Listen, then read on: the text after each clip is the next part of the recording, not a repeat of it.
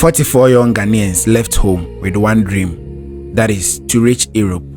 They weren't criminals, they weren't soldiers, neither were they mercenaries. Yet, within few days, almost every one of them got killed. Their only crime was landing in the wrong country, on the wrong day, and under the rule of one of Africa's most feared dictators. This is the chilling story of how 44 young Ghanaian migrants got killed in the Gambia, a tragedy hidden from the world for years. Link up with AfriGolden for all your event planning and African beats. It was July 2005. Across West Africa, young men were risking everything for a better chance in Europe. Among them were 44 young Ghanaians, joined by migrants from Nigeria, Togo, Senegal, and then Cote d'Ivoire. Just like thousands before them, they believed that the dangerous journey across the Atlantic was worth the risk. In Senegal, they handed over their savings to a smuggler who promised them a place on a larger boat that was sailing to Europe. But it was all a lie. Instead of taking them toward Europe, the smuggler abandoned them in Gambia and promised them of another vessel that would come for them, a vessel that never existed.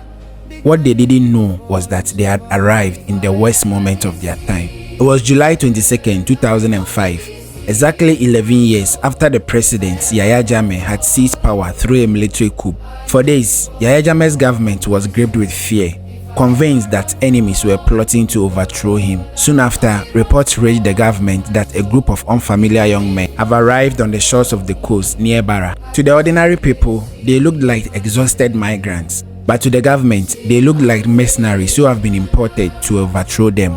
Without any public evidence, security forces arrested these migrants, accusing them of planning a coup d'etat. Their pleas fell on deaf ears. No one would even listen to them. As panic spread, a few migrants managed to escape and fled to a nearby fishing community known as the Ghana town. It was a fishing community with strong Ghanaian ties. They begged for protection.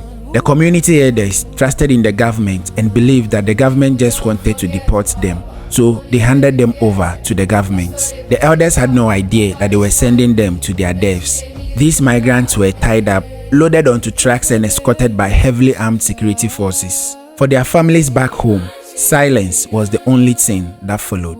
Martin Chere, one of the victims, sensed danger. As the truck carrying the prisoners sped through the darkness, he noticed an opportunity. So he whispered in the ears of his colleagues that they should jump, but some of them were either too frightened or too weak to jump.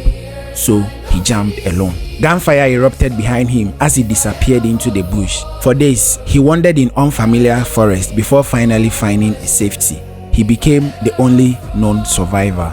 And for years, his testimonies helped uncover one of Africa's darkest state-sponsored crimes. Upon his return to Ghana, news reached the government.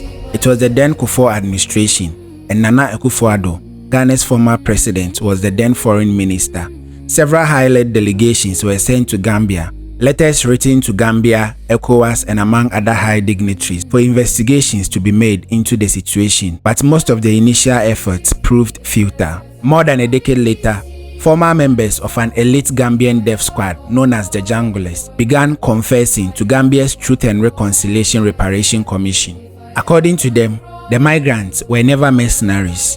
They were innocent travelers. Some of the witnesses described how some of the detainees were killed near the coast, while many others were transported across the border to Senegal's Casamance region. They said the young migrants were executed and their bodies were hidden in an abandoned well, in an attempt to erase all form of evidence relating to the crime. According to them, the killings were carried out on the orders of the then president, Yahya Jammeh. For years, families searched for fathers, sons, brothers who would never return.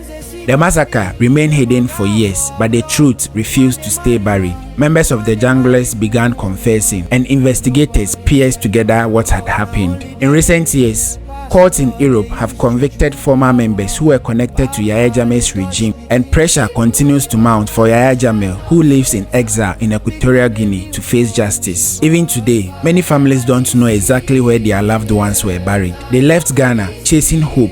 They never reached Europe and they never returned home. They became victims of fear, paranoia, and one of Africa's darkest chapters in modern history. How old were you when this incident happened? Was any of the victims a family, friend, or any acquaintance? Leave your thoughts in the comment section. Don't forget to like the videos for others to benefit and also share. Also, follow me across all social media platforms for more educational, exciting, and hidden truth.